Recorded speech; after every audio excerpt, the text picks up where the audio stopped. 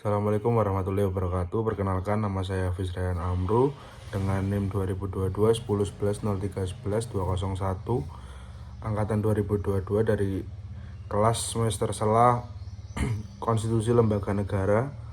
Dalam video ini saya akan membahas topik penting dalam mata kuliah Konstitusi dan Lembaga Negara, yaitu teori konstitusi. Kita akan memahami apa itu konstitusi, bagaimana teori-teori di baliknya berkembang, dan bagaimana pengaruhnya dalam kehidupan bernegara khususnya di Indonesia.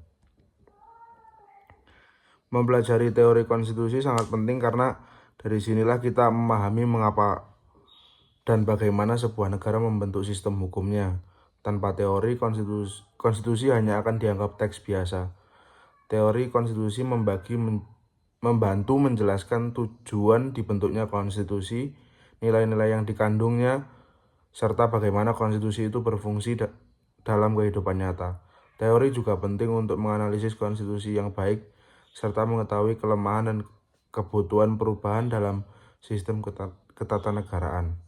Ada beberapa teori utama yang sering dijadikan dasar pemahaman konstitusi. Yang pertama, teori konstitusionalisme. Teori ini menekankan bahwa kekuasaan pemerintah harus dibatasi oleh hukum. Konstitusi menjadi alat utama agar kekuasaan tidak absolut atau sewenang-wenang. Yang kedua, teori kedaulatan rakyat.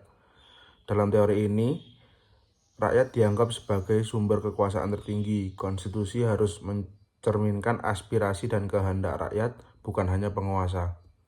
Yang ketiga, teori hukum alam dan hukum positif.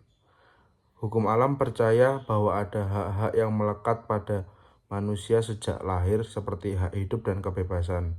Hukum positif adalah hukum yang dibuat dan ditegakkan oleh negara, seperti undang-undang dan peraturan. Yang keempat, ada teori trias politika atau Montesquieu. Teori pembagian kekuasaan menjadi tiga, yaitu legislatif, eksekutif, dan yudikatif.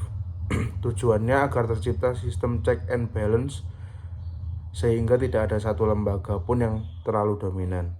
Yang kelima, teori konstitusi fleksibel versus rigid. Yang pertama, konstitusi fleksibel mudah diubah seperti di Inggris. Yang selanjutnya, konstitusi rigid sulit diubah dan membutuhkan prosedur khusus seperti Undang-Undang Dasar 1945.